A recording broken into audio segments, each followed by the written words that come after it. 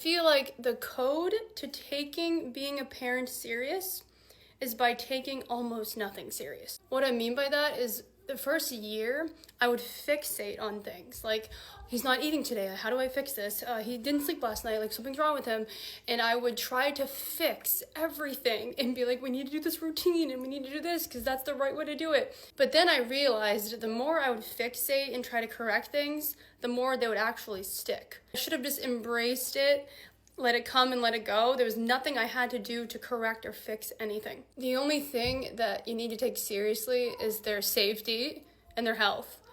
And the rest is just not that serious. It never is. It's never going to be that serious. I really just tried to embrace their unserious world and go along with it. I'm always in kid world, and it's so much more fun to them when you make everything fun, make everything a game. I also used to do this thing where I would catastrophize everything.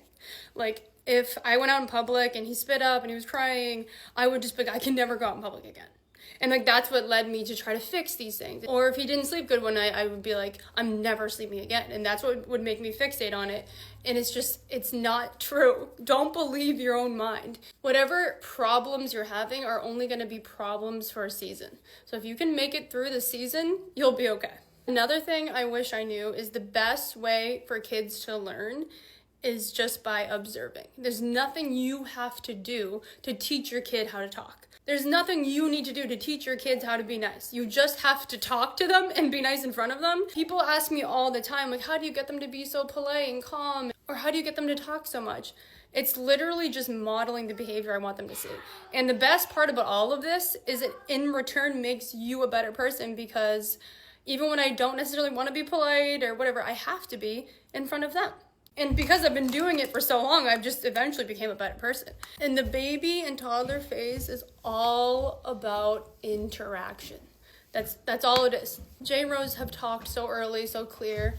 And I'm telling you, it's just because the amount of interaction that they have with adults that it has to be it, because I don't do anything else that's special. Rose doesn't watch TV. Jay gets limited TV time, but that's only because it leads to more interaction with adults. And I know that the correct way to let a toddler watch TV is by sitting with them, interacting with them while they're watching it. But I know myself, and I know if I put that TV on, I'm probably going to be doing something I need to do, like cleaning. So it's just going to be less interaction, less observation that they're going to have from me. I'm telling you, if you can do as little screen time as you possibly can, it will benefit them in so many ways. Another thing it took me too long to figure out is it is not our jobs as parents to be entertainers. It was hard to navigate, like, how much time do I spend, like, playing on the floor with him? How much time do I spend for myself? How much time do I spend cleaning? And it just took me too long to realize it's actually his job to figure out how to entertain himself. When I clean, when I do my makeup, whenever I do anything for myself and he's watching me, that's actually entertainment. And he's also observing me, therefore he's learning. So there was nothing special I had to do to keep him entertained. It was just live in front of him. No matter what kind of childhood you had, you can always refer back to that when you're a parent. It doesn't matter if you didn't have the best childhood or if you had the most traumatizing childhood ever. You can refer back and think to yourself, what did I need? What did I need during that time? And how can I try to create those experiences or feelings for my own kids? Or think back to the times that you were triggered or you were sad or scared. Think, how do I avoid that? Because I know for me, I don't always remember exact details of memories or scenarios, but I do remember feelings. They stick out to me a lot in my childhood, so I refer back to those a lot. Breaking this cycle is not nearly as hard as you think it is. It's actually easy. It's more about what you don't do. Kids naturally want to have fun. They're naturally happy. They naturally love their parents.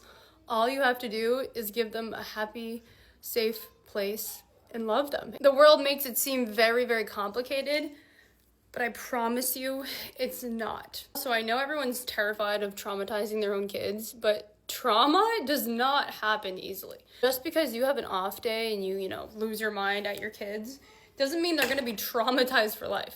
Kids are very forgiving, and as long as you don't take advantage of that and you acknowledge and apologize, everything's going to be okay. And they're going to grow up, okay? And they're going to realize that they also have feelings too, and they're going to realize that, oh, I understand why she got so angry at me these times, because they're going to get angry too.